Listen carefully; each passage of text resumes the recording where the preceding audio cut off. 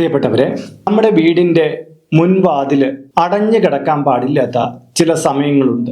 ഈ സമയങ്ങളിൽ നമ്മൾ മുൻവാതിൽ അടച്ചിട്ടിരുന്നാല് നമ്മുടെ വീട്ടിലേക്ക് വരേണ്ടുന്ന ഈശ്വരീയ ഗുണങ്ങളൊന്നും കിട്ടാതാവുകയും വീടിന്റെ പ്രാണശക്തിയിൽ ഗണ്യമായ കുറവും സംഭവിക്കും. ഇങ്ങനെ വന്നാൽ എന്താണ് പറ്റുക?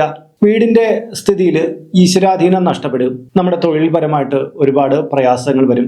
ധനപരമായിട്ടുള്ള ബുദ്ധിമുട്ടുകൾ, വീട്ടിൽ താമസിക്കുന്നവർക്ക് ആരോഗ്യ പ്രശ്നങ്ങൾ ഒരുപാട് വന്നുകൂടുക, ഇവയൊക്കെ സംഭവിക്കാനുള്ള സാധ്യത വളരെ വലുതാണ്. അതുകൊണ്ട് തന്നെ നമ്മുടെ വീടിന്റെ മുൻവാതിൽ നമ്മൾ വീട്ടിലുള്ള സമയത്ത് ഇന്ന കാലയളവിൽ തുറന്നിടണം എന്നുള്ള ഒരു നിർബന്ധമുണ്ട്. അപ്പൊ അത് ഏതൊക്കെ സമയമാണെന്ന് വ്യക്തമായിട്ട് മനസ്സിലാക്കിയിരിക്കണം. ഇല്ലെങ്കിൽ നമ്മുടെ ഈ ഒരു അറിവ് കേടുകൊണ്ട് തന്നെ ജീവിതത്തിൽ ഉണ്ടായി വരുന്ന പ്രയാസങ്ങൾ വളരെ വലുതായിരിക്കും. അപ്പോൾ നമുക്ക് അത് ഏതൊക്കെയാണെന്ന് വ്യക്തമായിട്ട് മനസ്സിലാക്കാം. നമസ്കാരം, ഞാൻ RJ അയ്യർ, ഹരിചന്ദന മഠം. ഹൈന്ദവ ആചാര സംബന്ധമായ ജ്യോതിഷ മോട്ടിവേഷൻ സംബന്ധമായ ഒട്ടേറെ കാര്യങ്ങൾ പറഞ്ഞു തരുന്ന ഒരു വാട്സപ്പ് ചാനൽ നമുക്കുണ്ട്. ഇതിന്റെ കീഴെ ഡിസ്ക്രിപ്ഷൻ ബോക്സിൽ കമന്റ് ബോക്സിൽ അതിന്റെ ലിങ്ക് കൊടുത്തിട്ടുണ്ട്. അതിലൂടെ ചാനൽ പ്രവേശിച്ചാൽ നിങ്ങളുടെ പിറന്നാളിന്, നിങ്ങളുടെ കുടുംബ അംഗങ്ങളുടെ പിറന്നാളിന് സൗജന്യമായിട്ട് പുഷ്പാഞ്ജലി അർച്ചനകൾ നടത്തി കിട്ടുന്നതാണ്. ഒരു വീടിന്റെ മുൻവാതിൽ എന്തിനാണെന്ന് വെച്ചാൽ, ഒരു വീട് നിർമ്മിക്കുന്ന ഒരു കാലയളവില് ആദ്യത്തെ ഗൃഹനിർമ്മാണത്തിലെല്ലാം അതൊരു സുരക്ഷയുമായി ബന്ധപ്പെട്ട കാര്യമാണ്. ആരും പെട്ടെന്ന് വന്ന് കയറരുത്, മൃഗങ്ങൾ വന്ന് കയറരുത് എന്നുള്ള രീതിയിൽ സുരക്ഷയുമായി ബന്ധപ്പെട്ടാണ് ആദ്യകാല ഭവനങ്ങളിൽ ആ വാതിലുണ്ടാക്കിയത്. എന്നാൽ വാസ്തു എന്ന് പറയുന്ന നിയമങ്ങൾ കൃത്യമായി ആചാര്യന്മാർ, സന്യാസിമാർ കണ്ടെത്തുകയും ആ ഊർജങ്ങളെ കുറിച്ച് കൂടുതൽ മനസ്സിലാക്കിയപ്പോൾ മുൻവാതിലിന് വളരെയധികം പ്രസക്തി ഉണ്ടെന്ന് മനസ്സിലാക്കി. അതുകൊണ്ടാണ് വാസ്തു ബന്ധമുള്ള വീടുകളിലെല്ലാം തന്നെ മുൻവാതിലിന് ഏറെ പ്രാധാന്യം കൽപ്പിക്കുന്നത്. ഒരു വീടിന്റെ മുൻവാതിലിലൂടെ കടന്നു വരുന്ന ഊർജം എന്ന് പറഞ്ഞാൽ ആ വീട്ടിലെ ഗുണപ്രദമായിട്ടുള്ള കാര്യങ്ങളെയാണ് പ്രദാനം ചെയ്യുന്നത്. അതായത് വീടിന്റെ മുൻവാതിൽ സ്ഥിരമായിട്ട് അടഞ്ഞു കിടക്കുകയാണെങ്കിൽ ആ വീട്ടിലുള്ള എല്ലാവർക്കും തമോ ഗുണങ്ങൾ വന്നുകൂടുകയും അവരുടെ ജീവിതം അധോഗതിയിലേക്ക് പോകും എന്നുള്ളതിന് നമ്മുടെ ചുറ്റുപാടുകളിൽ വീടിന്റെ മുൻഭാഗം അടഞ്ഞു കിടക്കുന്ന വീടുകളെ ഒന്ന് പരിശോധിച്ചാൽ മതി. ആ വീട്ടിലുള്ളവർക്ക് എന്തെങ്കിലുമൊക്കെ വലിയ വലിയ പ്രയാസങ്ങളായിരിക്കും പിൽക്കാലത്ത് വന്നുകൂടുക എന്നുള്ളത്. എന്നാൽ നമ്മൾ വീട് വിട്ട് പുറത്തു പോകുമ്പോൾ നമ്മൾ മുൻവാതിലൊക്കെ ഭദ്രമായി ലോക്ക് ചെയ്ത് തന്നെയാണ് പോകുന്നത്. വീട്ടിൽ നമ്മളുള്ളപ്പോൾ ഇത് ഇന്ന സമയങ്ങളിൽ നമ്മൾ വീടിന്റെ ആ വാതിൽ ആ ഒരു കാലയളവിലെങ്കിലും തുറന്നിടണം എന്നാണ് ആചാര്യ നിർദ്ദേശം വരുന്നത്. അപ്പൊ അത് ഏതൊക്കെയാണെന്ന് നമുക്കൊന്ന് നോക്കാം. ആദ്യത്തേത് സൂര്യോദയ സമയത്താണ്. സൂര്യൻ പ്രപഞ്ചത്തിന്റെ ആധാരശക്തിയാണ്. ഈ സൂര്യൻ ഒരുപാട് പോസിറ്റീവായിട്ടുള്ള ഗുണങ്ങളെയാണ് നമുക്ക് പ്രദാനം ചെയ്യുന്നത്. ഈ സമയത്ത് മുൻവാതിൽ അടച്ചിട്ട് ആ ഊർജത്തെ സ്വീകരിക്കാതിരുന്നു കഴിഞ്ഞാൽ ആ വീട്ടിലുള്ളവരുടെ ആരോഗ്യപരമായിട്ടുള്ള പ്രശ്നങ്ങൾ സംഭവിക്കും. അവർക്ക് ധനപരമായിട്ടുള്ള ഈശ്വരവിലാസങ്ങൾ നഷ്ടപ്പെടുന്ന ഒരവസ്ഥ ഉണ്ടായി വരും. അങ്ങനെ ഒരുപാട് ബുദ്ധിമുട്ടുകളായിരിക്കും സംഭവിക്കുക. അപ്പൊ സൂര്യോദയം എന്ന് പറഞ്ഞാൽ വളരെ കുറഞ്ഞ പക്ഷം ഒരു 6 മണി മുതൽ 7 മണി വരെയുള്ള രാവിലെ സമയത്താണ് ഈ മുൻവാതിൽ തുറന്നിടുക എന്നുള്ളത്. ബഹുഭൂരിപക്ഷം വീടുകളിലും ഇത് ചെയ്യാറുണ്ട്. കാര്യം അവർ ഉണർന്നെഴുന്നേറ്റ് അവരുടെ പ്രാഥമിക കൃത്യങ്ങൾ മുതൽ എല്ലാം ചെയ്യുമ്പോൾ മുൻവാതിൽ തുറന്നിടാറുണ്ട്. അവിടെ സേഫ്റ്റിയും കൂടെ പരിഗണിക്കണം. മുൻവാതിൽ തുറന്നിട്ടിട്ട് വേറെ എന്തെങ്കിലും കാര്യത്തിനൊക്കെ പോയി കഴിഞ്ഞാൽ കള്ളന്മാർക്കൊക്കെ രാവിലെ വന്ന് വീട്ടിനകത്ത് കയറാൻ അതൊരു കാരണമായി. എപ്പോഴായാലും വാതിൽ തുറന്നിടുമ്പോൾ നമ്മുടെ ഒരു കണ്ണ് അവിടെ വേണം, നമ്മൾ അവിടെ ഉണ്ടാവണം, അത് നിർബന്ധമാണ്. അങ്ങനെ രാവിലെ സമയത്ത് ഇങ്ങനെ മുൻവാതിൽ തുറന്നിടുമ്പോൾ അതിലൂടെ സൂര്യകിരണങ്ങൾ വീട്ടിനുള്ളിലേക്ക് പ്രവേശിക്കുകയും അവിടെ ഉണ്ടാകുന്ന തമോ ഗുണത്തെ, രാത്രി സമയത്ത് ഒരുപാട് തമോ ഗുണ ഊർജ്ജങ്ങൾ വീട്ടിനകത്തേക്ക് പ്രവേശിക്കുമെന്നാണ് പറയുന്നത്. ആ ഊർജ്ജങ്ങളെ എല്ലാം നശിപ്പിച്ച് പുതുവെളിച്ചം സമ്മാനിക്കുമെന്നാണ് പറയുന്നത്. ഇത് നമുക്ക് സയന്റിഫിക് ആയിട്ട് നോക്കിയാൽ ഈ പ്രകാശം വീട്ടിനകത്ത് ഉള്ളിലേക്ക് കടക്കുന്നത് ഒരുപാട് രോഗാണുക്കളെയൊക്കെ നശിപ്പിക്കുന്നതിന് കാരണമാകുമെന്ന് നമുക്കറിയാലോ. ഈ രാവിലെ സമയത്ത് വൈകുന്നേരത്തിന്റെ കുറച്ച് സമയത്താണ് വീട്ടിനകത്തേക്ക് പ്രകാശം കടക്കാനുള്ളത്. മറ്റത് സൂര്യൻ ഇങ്ങനെ ഉച്ചസ്ഥായിലേക്ക് പോകുന്നതോറും വീട്ടിനകത്തേക്ക് പ്രകാശം കടക്കാനുള്ള സാധ്യത കുറഞ്ഞു വരും. എന്തായാലും രാവിലെ സമയത്ത് അരുണകിരണങ്ങൾ നമ്മുടെ വീട്ടിനുള്ളിലേക്ക് പ്രവേശിക്കുന്നത് അത് ഒരു വെളിച്ചം എന്നുള്ള ലെവലിൽ മാത്രമല്ല, ഈശ്വരാധീനം വർദ്ധിപ്പിക്കുന്നതിനും വളരെ ഗുണകരമായിട്ടാണ് പറയപ്പെടുന്നത്. അപ്പോൾ ഒരു 6 മണി മുതൽ 7 മണി വരെ നമ്മൾ ഈ ഒരു സമയത്തെ പാലിച്ച് തുറന്നിട്ടേക്കുന്നത് നന്നായിരിക്കും. രണ്ടാമത്തെ സമയം എന്ന് പറഞ്ഞു കഴിഞ്ഞാൽ വൈകുന്നേരമാണ്. അറിയാലോ, നമ്മൾ സന്ധ്യയ്ക്ക് നിലവിളക്ക് കൊളുത്തുന്ന സമയമാണ്. ഈ സമയത്ത് മുൻവാതിൽ തുറന്നിടണമെന്ന് നമുക്കറിയാം. നമ്മുടെ മുന്നിലെ ഉമ്മറത്തൊക്കെ നിലവിളക്ക് വയ്ക്കുന്നവരുണ്ടാവും, തുളസി തറയിൽ വിളക്ക് വയ്ക്കുന്നവരുണ്ടാവും, പൂജാമുറിയിൽ വിളക്ക് വയ്ക്കുന്നവരുണ്ടാവും.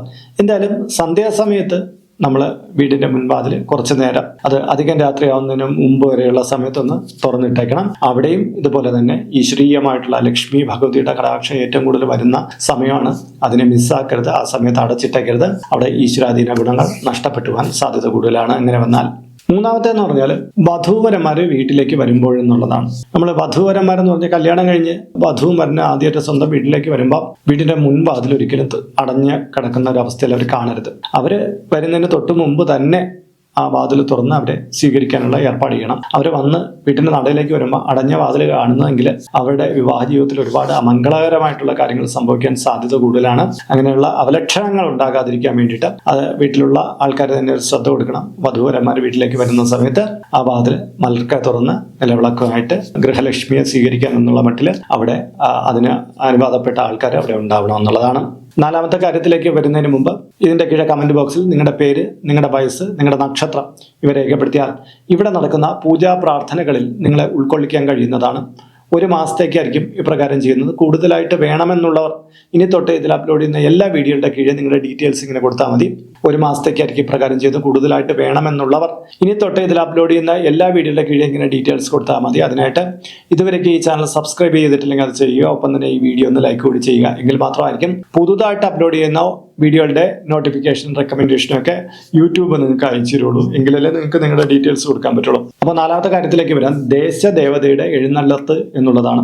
അതായത് നമ്മുടെ വീടിലെ പരിസരത്തൂടെ, അതായത് നമ്മുടെ മുൻ വഴിയിലൂടെയൊക്കെ ദേശദേവത അവിടുത്തെ അമ്പലത്തിലെ ഉത്സവത്തിന് ഘോഷയാത്രയും മറ്റുമൊക്കെ കടന്നു പോകുമല്ലോ. അവിടുത്തെ ദേവിയെ അല്ലെങ്കിൽ ദേവനെ എഴുന്നള്ളിച്ച് പോകുമല്ലോ. ഈ സമയത്ത് നമ്മൾ വീട് അടച്ചിട്ടേക്കരുത് എന്നാണ് പറയുന്നത്. നമ്മൾ വീട് തുറന്നിട്ട് അമ്മയുടെ അല്ലെങ്കിൽ ആ ദേശദേവന്റെ കൃപാകടാക്ഷങ്ങളെ ഏൽക്കാൻ വേണ്ടിയിട്ട് അത് തുറന്ന് സ്വാഗതം ചെയ്യണം. നമ്മൾ സാധാരണ എന്ത് ചെയ്യുക, വീടിന് മുന്നിൽ ഒരു നിറപറയൊക്കെ വെച്ച് വിളക്കൊക്കെ വെച്ച് നമ്മൾ പൊതുവിലെ ഈ ദേശദേവതയെ സ്വാഗതം ചെയ്യും. അതാണ് ശരിയായ രീതി. അങ്ങനെ ചെയ്യാൻ പറ്റിയില്ലെങ്കിൽ കൂടി ആ വീടിന്റെ മുൻവാതിൽ അടച്ചിട്ടേക്കരുത്. അത് നിന്ദാപരമായിട്ടുള്ളൊരു കാര്യമാണ്. അത് ഈശ്വരീയ കോപത്തിന് വഴിവെക്കുന്ന ഒന്നായിരിക്കും. അങ്ങനെ ചെയ്തു കഴിഞ്ഞാൽ പിന്നീട് ആ വീട്ടിൽ അസുഖങ്ങൾ വളരെ വളരെ കൂടി വരുന്നതായിട്ട് നമുക്ക് കാണാൻ പറ്റും. അതുകൊണ്ട് തന്നെ പലപ്പോഴും പറയാറുണ്ട്, ഉത്സവം തുടങ്ങുമ്പോൾ നിങ്ങൾ ദേശം വിട്ട് പോകരുതെന്നൊക്കെ പറയുന്നത് ഈ ഉത്സവ എഴുന്നള്ളിപ്പ് നടയിൽ കൂടെ പോകുമ്പോൾ ഉള്ളൊരു അവസ്ഥ കാണുന്ന ാണ്. വീട് അടഞ്ഞു കിടക്കരുത് എന്നുള്ളൊരു സങ്കല്പമാണ്. അപ്പൊ ഇത് ശ്രദ്ധിക്കേണ്ടതാണ്.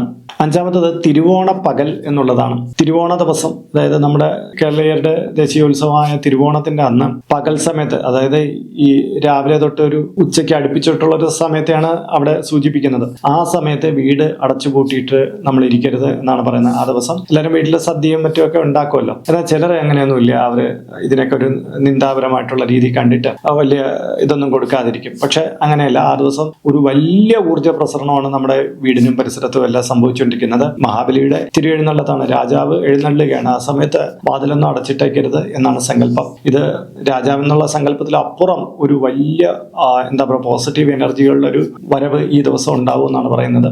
അതുകൊണ്ട് തന്നെ വീട് എപ്പോഴും ആ സമയങ്ങളിൽ ഒന്ന് തുറന്നിട്ടേക്കാൻ ശ്രദ്ധിക്കണം. ഏഴാമത്തെ വിഷു പകല്, അതായത് നമ്മുടെ മേടമാസത്തിലെ വിഷുവിന്റെ അന്ന് രാവിലെ സമയത്ത് ഒരു 9 മണി വരെ എങ്കിലുള്ള സമയത്ത് നമ്മൾ കണിയൊക്കെ വെച്ചതിന് ശേഷം നമ്മൾ കുറച്ചു നേരം വാതിൽ തുറന്നിട്ടേക്കണമെന്നാണ് പറയുന്നത്. കുറച്ചു നേരം മതി. ഇപ്പോൾ 9 മണി വരെ ഒന്നും പറ്റിയില്ലെങ്കിൽ ഒരു 6:30-7 മണി വരെയൊക്കെ ഉള്ള സമയത്ത് നമ്മൾ കുറച്ചു നേരം വാതിൽ തുറന്നിട്ടേക്കണം. ചിലപ്പോൾ അമ്പലത്തിലേക്ക് പോകാനുള്ളവർക്ക് ചിലപ്പോൾ വാതിൽ തുറന്നിട്ടേക്കാൻ പറ്റില്ല. എങ്കിലും കുറച്ചു നേരം നിങ്ങൾ തുറന്നിട്ടേക്കുക എന്നുള്ളതാണ് പ്രധാനം. അപ്പൊ അങ്ങനെ തുറന്നിട്ട് ആ വിഷു സംക്രമത്തിൽ വന്ന ഊർജ്ജങ്ങളെല്ലാം സ്വീകരിക്കണം. ആ രീതിയിൽ എടുക്കുമ്പോൾ വീട്ടിൽ വളരെ ഗുണപരമായിട്ടുള്ള അവസ്ഥകൾ ഒരു വർഷത്തെ കാലത്തേക്ക് കിട്ടും. അത് മനസ്സിലാക്കേണ്ടതാണ്. ഏഴാമത്തെ കാര്യം സന്യാസി വന്നാൽ എന്നുള്ളതാണ്. സന്യാസി എന്ന് പറഞ്ഞാൽ പണ്ട് കാലത്തെ ഒരു കാര്യമാണ് കേട്ടോ. സന്യാസി വരികയാണെങ്കിൽ ഒരിക്കലും വാതിൽ അടച്ചിട്ടേക്കില്ല. എന്താണ് കാര്യം എന്നെങ്കിലും ഇറങ്ങി ചോദിക്കും. ഭിക്ഷുവിനെ എടുത്ത് ആ രീതിയിൽ സംസാരിക്കും. ഇന്ന് സന്യാസ വേഷക്കാരായിട്ടുള്ള പലരും ഭിക്ഷാർത്ഥികളായിട്ടൊക്കെ വരാറുണ്ട്. അതൊന്നും ഒറിജിനൽ സന്യാസിമാരുടെ പട്ടികപ്പെടുന്നതൊന്നുമല്ല. എനിവേ നല്ല സന്യാസി മഠങ്ങളിൽ നിന്നോ മറ്റൊക്കെ ആൾക്കാർ വരികയാണെങ്കിൽ ഒരിക്കലും വാതിലടച്ചിട്ട് നിങ്ങളെ സഹായം കൊടുക്കാനില്ല എന്നുള്ളത് കാര്യമായിട്ട് എടുക്കണ്ട. അവർ സഹായം ചോദിച്ചിട്ടല്ലായിരിക്കും ചിലപ്പോൾ വരുന്നത്. ചിലപ്പോൾ നിങ്ങൾക്കൊരു സന്ദേശം പകർന്നു നൽകാനായിരിക്കും വരെ. എന്തായാലും ശരി, അവരെ അങ്ങനെ ഒരു നല്ലൊരു ആളെ കാണുകയാണെങ്കിൽ ഒരിക്കലും വാതിൽ അടച്ചിട്ടേക്കരുത് എന്നൊരു സൂചനയുണ്ട്. അവർക്ക് എന്താണ് പറയാനുള്ളത് അത് കേൾക്കുക. നമ്മളെ കൊണ്ട് എന്തെങ്കിലും സഹായം ചെയ്യാൻ പറ്റുമെങ്കിൽ ചെയ്യുക. ചെയ്തില്ലെങ്കിലും കുഴപ്പമില്ല. സന്യാസിയാണ്, അവരത് ഒന്നും പറയില്ല. ആ ഒരു കാര്യത്തിൽ ശ്രദ്ധിക്കേണ്ടതാണ്. അപ്പോൾ ഇങ്ങനെ നമ്മുടെ വീടിന്റെ മുൻവാതിൽ അടച്ചിടാൻ പാടില്ലാത്ത ചില സന്ദർഭങ്ങളെ കുറിച്ചാണ് ഇവിടെ പറഞ്ഞത്. ഇനിയും 1-2 കാര്യങ്ങളൊക്കെ ഉണ്ട്. അത് മറ്റൊരു വീഡിയോയിൽ നമുക്ക് സൂചിപ്പിക്കാം. ഇതുമായി ബന്ധപ്പെട്ട കാര്യമാണ്. അപ്പോൾ ഈ വീഡിയോ നിങ്ങൾക്ക് പ്രയോജനപ്രദമായിട്ടുണ്ടെങ്കിൽ ഇതിന്റെ കീഴെ കമന്റ് ബോക്സിൽ അത് രേഖപ്പെടുത്തണം. ഇതിൽ കാണുന്നത് എൻ്റെ വാട്സപ്പ് നമ്പറാണ്. ജ്യോതിഷ സംബന്ധമായതും പൂജാ സംബന്ധമായതുമായ അപ്പോയിൻമെൻറ്റിന് വേണ്ടിയിട്ടാണ് ഇത് നൽകിയിരിക്കുന്നത്. നേരിട്ട് വിളിച്ചു കഴിഞ്ഞാൽ കിട്ടുകയില്ല. നിങ്ങളുടെ പേര്, നിങ്ങളുടെ സ്ഥലം ഇവ രേഖപ്പെടുത്തി വാട്സപ്പിലൂടെ മെസ്സേജ് ചെയ്യുക. അപ്പോൾ അഡ്മിൻ ഒരു മാർഗ്ഗനിർദ്ദേശം അയച്ചു നൽകുന്നതാണ്. ആ മാർഗ്ഗനിർദ്ദേശം അനുസരിച്ച് അപ്പോയിൻമെൻറ്റ് എടുത്തിട്ട് വിളിക്കാവുന്നതാണ്. നമ്മളിപ്പോൾ ഒരു സ്റ്റോർ യൂട്യൂബിൽ ആരംഭിച്ചിട്ടുണ്ട്. ഹൈന്ദവ ധർമ്മം അനുസരിച്ച് ജീവിക്കുന്നവർക്ക് പൂജാ കാര്യങ്ങളുമായിട്ട് ബന്ധപ്പെട്ട ചില കാര്യങ്ങളൊക്കെ മേടിക്കണമെന്നുണ്ടായിരിക്കും. അപ്പോൾ അങ്ങനെയുള്ള കാര്യങ്ങൾ നിങ്ങൾക്ക് ഓൺലൈനായിട്ട് എടുക്കാൻ പറ്റുന്ന ഒരു സ്റ്റോറാണിത്. താല്പര്യമുള്ളവർക്ക് അതിൽ പോയിട്ട് അതിൻ്റെ വിലയൊക്കെ നോക്കിയിട്ട് നിങ്ങൾക്ക് താല്പര്യമുണ്ടെങ്കിൽ അതിൽ നിന്ന് മേടിക്കാവുന്നതാണ്. ഇങ്ങനെ നോക്കിയാൽ മതിയാകും. അപ്പോൾ മറ്റൊരു വീഡിയോ, മറ്റൊരു വിശേഷമായിട്ട് വീണ്ടും കണ്ടുമുട്ടും വരെ എല്ലാവർക്കും നമസ്കാരം.